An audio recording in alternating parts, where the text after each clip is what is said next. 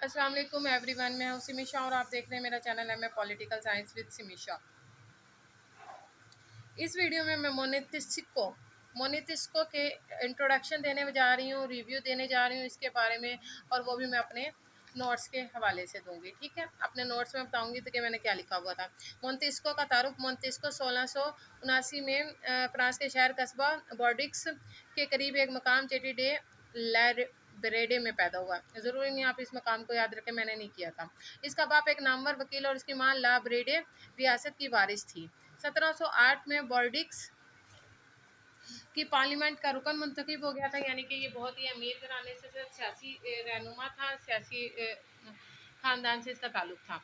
12 साल के लिए उसको बॉर्डिक्स पार्लियामेंट की सदारत और बैरन डी मोनेटिस्को का खिताब भी वर्षे में मिल गया, यानी कि विरासत में माँ बाप की तरफ से। उसने यूरोपीय ममालिक और इंग्लिस्तान का मुतालियाती दौरा किया, वहाँ उसका क्याम 1.5 साल तक जारी रहा। इस दौरान उसने अहम सियासतदान से राब्ते कायम किया और सियासी इदारों का मुताला किया। वो काफ़ी मुतासिर हुआ और इंग्लिस्तान के सियासी निज़ाम के बारे में जानकर कानून की रूह से उसकी बहुत पेशराई हासिल हुई।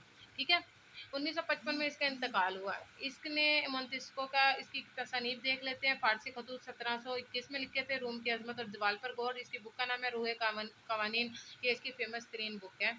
ठीक है, 1748 में हुआ था।